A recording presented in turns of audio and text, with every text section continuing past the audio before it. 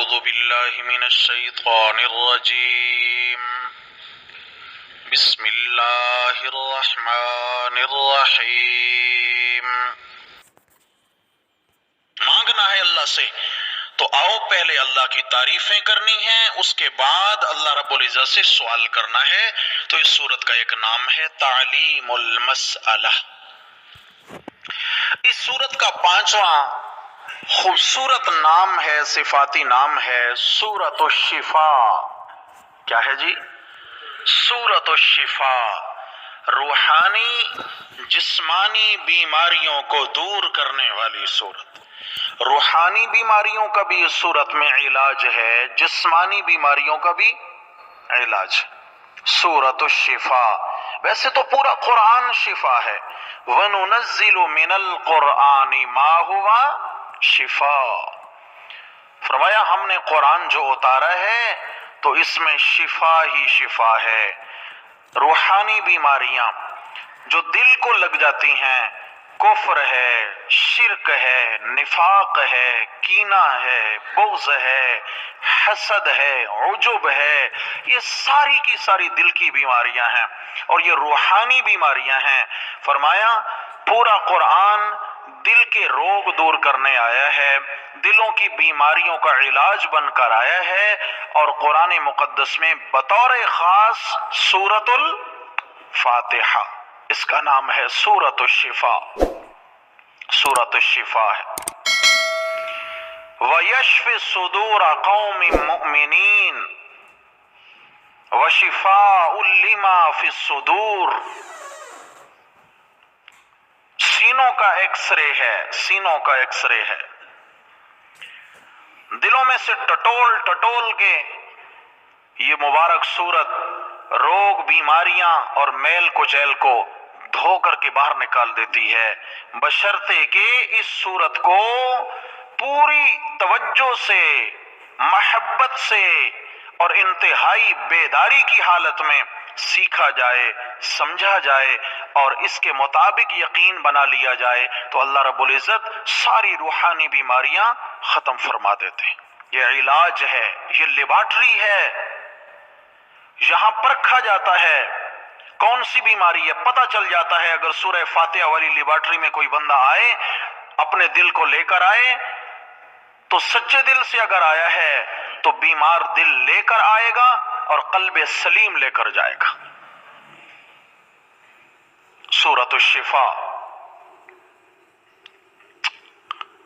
اور جسمانی بیماریوں کا بھی اس میں علاج ہے، جیسے روحانی بیماریوں کا ہے تو جسمانی بیماریوں کا بھی علاج ہے۔ میں اپنی طرف سے نہیں کہتا، جناب رسول اللہ صلی اللہ علیہ وسلم کا ارشاد ہے، صحیح بخاری میں حدیث موجود ہے کہ آپ صلی اللہ علیہ وسلم کے صحابہ کی ایک جماعت کہیں سفر میں تھی،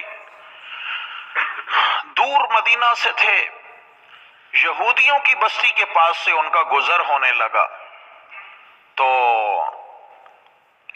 رات وہیں بستی کے قریب ٹھہرنے کا ارادہ کیا۔ جو قافلے کے امیر تھے انہوں نے حکم دیا کہ رات یہاں بسر کرتے ہیں اور ہمارے پاس تو زاد راہ بھی ختم ہو چکا ہے، چلیں گے بستی والوں کے پاس ہم 2 بندے بھیجیں گے کہ بھائی ہم مسافر ہیں اور آج رات ہمارے زاد راہ کا انتظام کرو، کچھ نہ کچھ تعاون ہو جائے تاکہ مسافر اپنی ضروریات پوری کر سکیں۔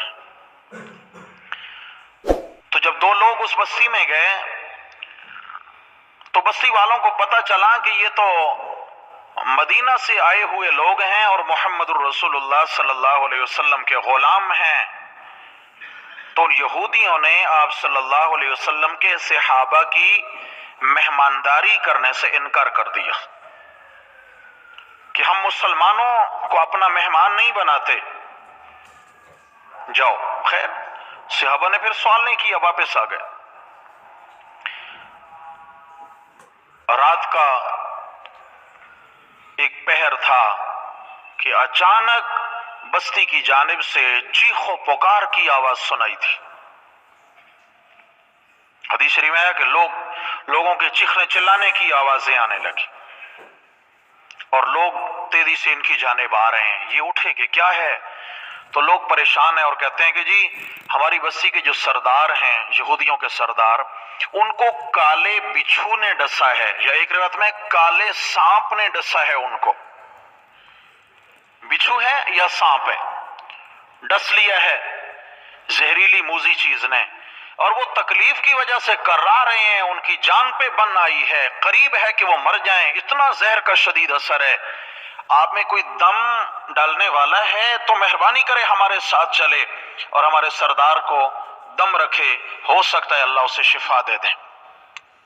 تو جو صحابہ کی جماعت کے امیر تھے، انہوں نے کہا کہ ہاں میں دم جانتا ہوں، لیکن ہم تمہارے ساتھ جانے کے لیے تیار نہیں ہیں، کیونکہ تم نے ہماری ایک رات کی مہمان نوازی سے انکار کیا ہے، تمہیں حیا نہیں آئی کہ ہم مسافر ہیں، بہت دور سے آئے ہیں، اور تم نے اس وجہ سے ہمیں مہمان بنانے سے انکار کیا کہ ہم محمد الرسول اللہ صلی اللہ علیہ وسلم کے غلام اور صحابہ ہیں، نہیں آتے۔ انہوں نے کہا جی مہربانی کرو،